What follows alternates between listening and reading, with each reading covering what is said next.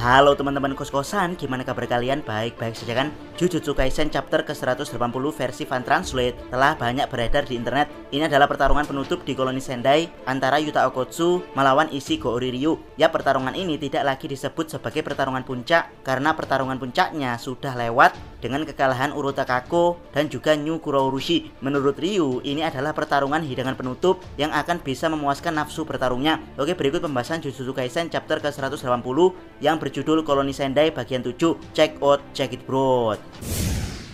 Judul chapter ini dibuka dengan gambar Rika Orimoto yang memeluk boneka Yuta Okkotsu dan roh kutukan Rika, disertai tulisan dia mencintainya setelah mati dan dia mencintainya setelah di alam baka. Wujud cintanya ini selalu bersama dirinya di sisinya. Kalau melihat kata-katanya, kemungkinan dia yang dimaksud adalah Rika Orimoto yang memang tetap mencintai Yuta meskipun dia telah pergi ke alam baka. Untuk itulah dia meninggalkan wujud cinta yang selalu bersama dirinya yang tidak lain adalah harddisk eksternal berwujud roh kutukan Rika. Panel berikutnya memperlihatkan persiapan adu kekuatan dahsyat antara Yuta Okkotsu melawan Ryu. Seperti biasa, Ryu menggunakan energi blast yang luar biasa dahsyat, sementara Yuta menggunakan maximum blast dari tangannya. Motivasi Ryu jelas, yaitu ingin memuaskan hasrat bertarungnya yang melampaui 400 tahun. Jadi dia akan jor-joran di pertarungan hidangan penutup ini. Sedangkan motivasi Yuta adalah mengerahkan segalanya untuk menghadapi Ryu. Adu blast pun terjadi. Ryu luar biasa gembira dengan ledakan blast yang dihasilkan dari adu serangan mereka berdua. Namun Yuta seperti biasa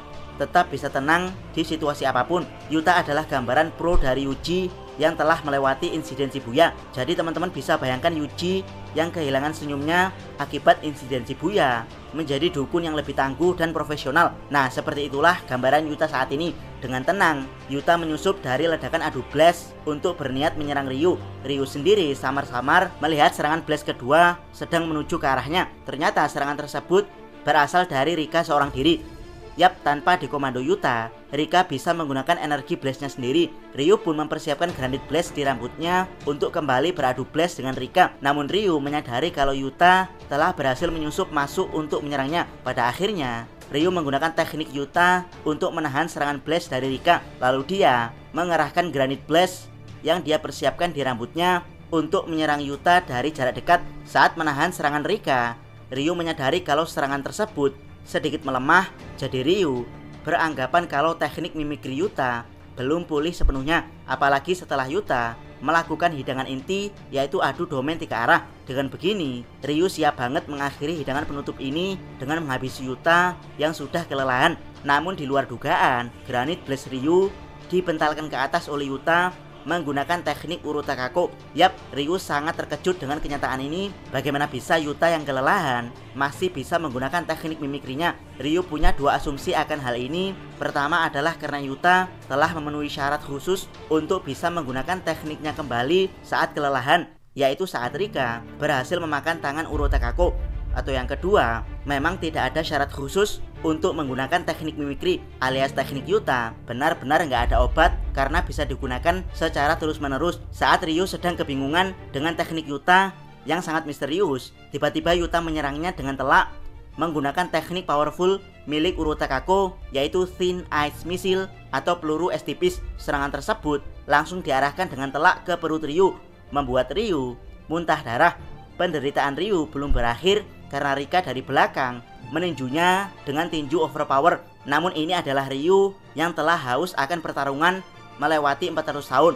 Meski diberi serangan telak seperti itu, tapi Ryu masih tetap bisa bangkit. Dia meninju Rika yang telah menghabiskan waktu 5 menitnya, sehingga Rika yang telah kehilangan koneksi dengan Yuta langsung hancur.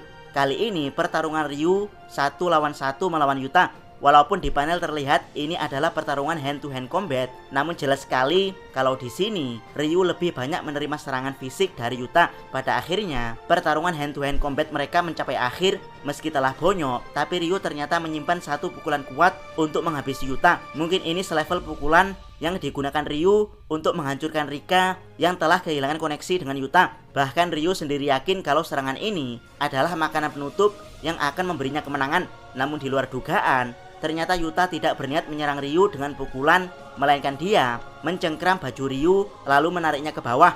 Tarikan Yuta sangat kuat, bahkan sampai menghancurkan lantai.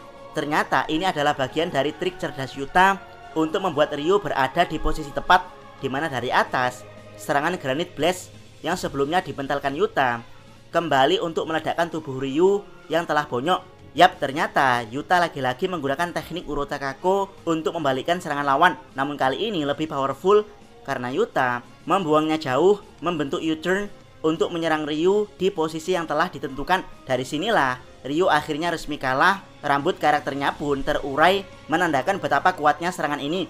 Panel diakhiri dengan Ryu yang mengatakan puas dengan pertarungan melawan Yuta. Chapter minggu depan libur, namun kemungkinan chapter 181 masih akan membahas situasi di koloni Sendai pasca pertarungan epik antara penyihir terkuat di koloni tersebut. Jangan lupa subscribe channel Otakos dan jangan lupa share video ini. Sabiko salam Mi.